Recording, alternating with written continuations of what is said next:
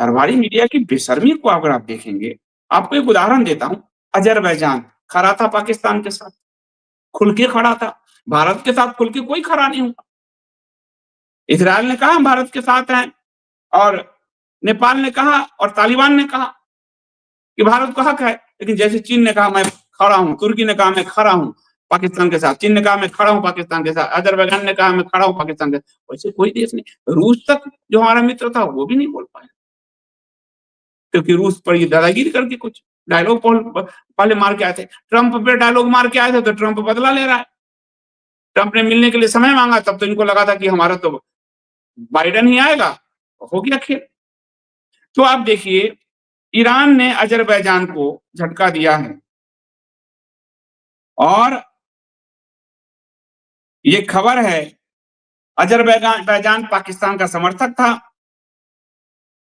लेकिन उधर ईरान ने अज़रबैजान को कहा है क्योंकि अज़रबैजान जो है उसकी लड़ाई चल रही है सीमा पर और वो सीमा को बदलना चाहता है।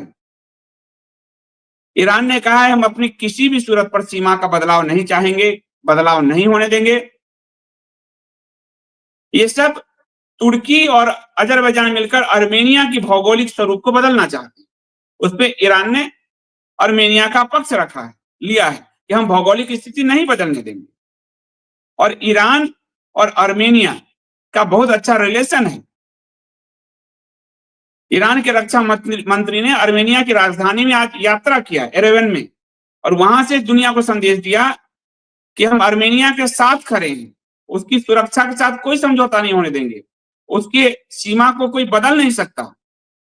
और उन्होंने कहा कि काकेशस क्षेत्र की स्थिरता हमारी उत्तरी सीमाओं की स्थिरता के लिए आवश्यक है।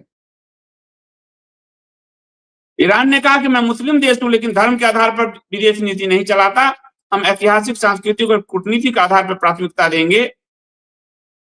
लेकिन इसमें कहां भारत का नाम लिया और मोदी जी का नाम लिया। पूरी मीडिया देखिए कैसे आपको मूर्ख बनाने के लिए निकल गई।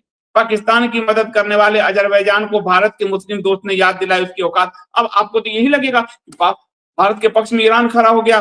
कहां बोला कि तूने भारत को, अज़रबैजान तो पाकिस्तान के साथ था, मैं भारत के पक्ष से बोल रहा हूं, किधर बोला उसने, किधर मोदी जी का नाम लिया। ऐसे फेक नरेशन, न्यूज का नरेशन फेक करके भारत के लोगों की आंखों में धूल झोंका जा रहा है। एबीपी न्यूज है, एक कम्युनिस्ट, घोर कम्युनिस्ट होता था आनंद बाजार पत्रिका का, अब ये घोर संघिष्ट हो गया।